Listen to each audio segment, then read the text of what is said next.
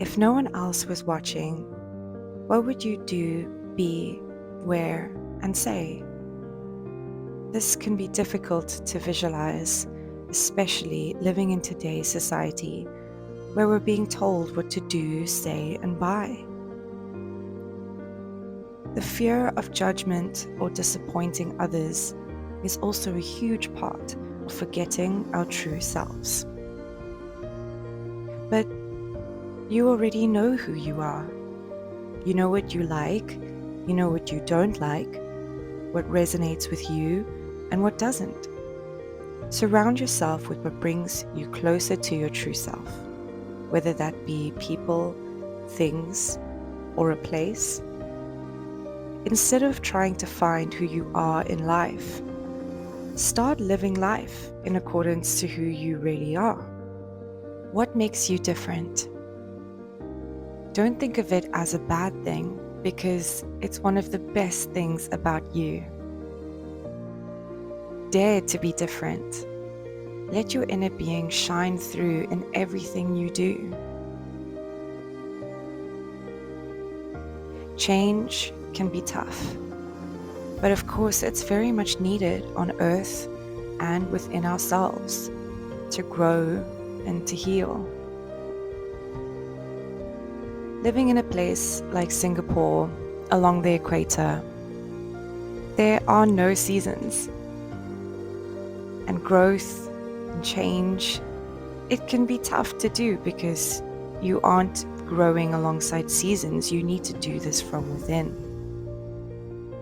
It's autumn in the northern hemisphere and spring in the southern hemisphere at the moment. And some places living in an endless summer like I do. Is your soul living in alignment with the seasons? Growing and then shedding what it no longer needs? If it isn't, it's time to tilt your inner world and change your season. I've noticed that I have to do this every couple of months here in the tropics.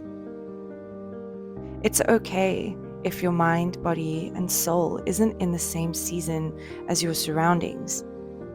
If you are growing and releasing what doesn't serve you, then you have embraced change.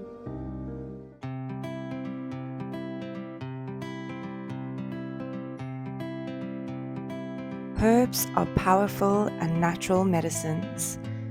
Yes, we use herbs to preserve and add flavor to dishes, but adding double or even triple the amount required can change a meal into a tasty, healing concoction.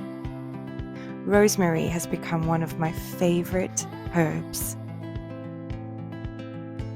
It is the jewel of the Mediterranean, and in Italy, it is said that rosemary grows near homes filled with strong women.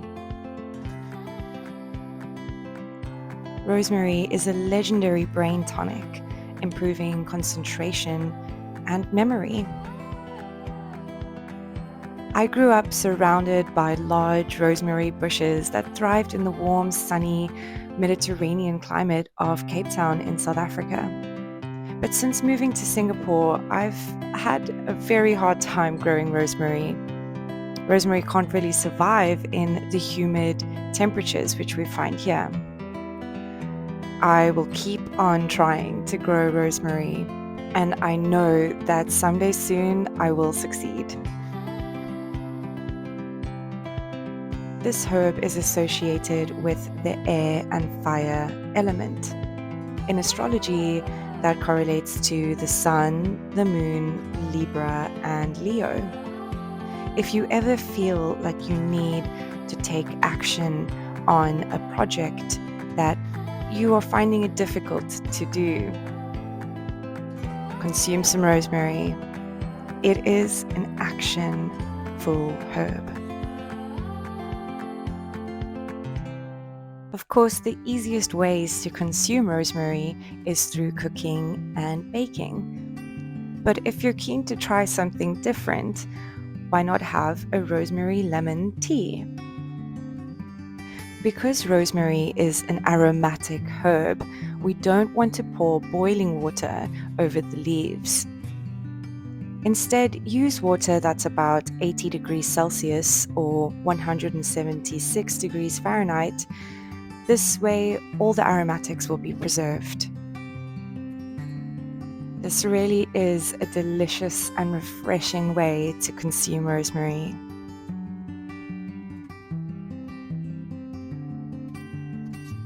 Food is a matter of spiritual importance. Without proper nourishment, which heals the body, illuminates and informs the mind, and fortifies the soul, we undermine a healthy relationship between spirit, mind, and body. Give yourself permission to be nourished. We might be hungry for meaning, sweetness, divine love, and permission to be authentic. When you feed yourself that which truly nourishes you, wisely and generously, you shall become one who can also feed the world that for which it truly hungers.